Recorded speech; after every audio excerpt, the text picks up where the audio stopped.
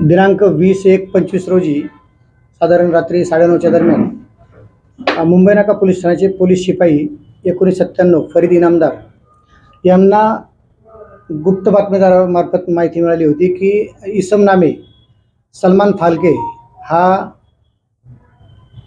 21/1/25 रोजी साधारण 00:30 रात्री 12:30 ते 1च्या दरम्यान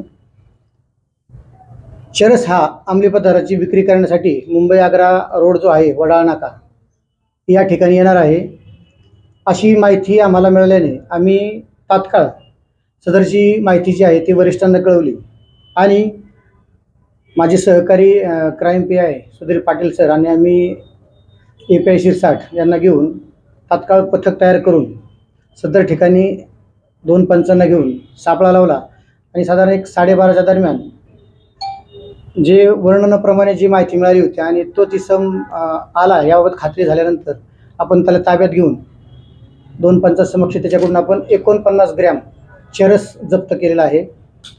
सदर आरोपीस अटक करून आपण माननीय न्यायालयासमोर हजर केलेला आहे आणि न्यायालयीन कोठडी सुनावली आहे. सदर आरोपीचा जो त्यांनी चरस आणलं होतं हे चरस त्याने कुठून आणलं आणि याच्यामध्ये कोण इन्व्हॉल्व आहे ह्या गोष्टीची शहानिशा चालू आहे.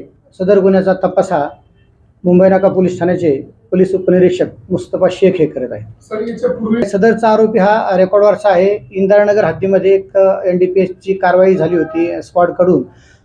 त्या गुन्ह्यामध्ये हा आरोपी आहे आणि सदर आरोपी हा विशेष म्हणजे मुंबईवरून हा मुंब्र्याचा आहे आणि हा हजेरी देण्यासाठी NDPS स्क्वॉड या ठिकाणी आला होता. दरम्यान ही त्याने NDPSचा गुन्हा केलेला आहे. अजून पुढील तपासांती निष्पन्न होईल मग तशी आपण बाकी लोकांना निष्पन्न करून कायदेशीर कारवाई करू. हा NDPSचा पदार्थ होता MD.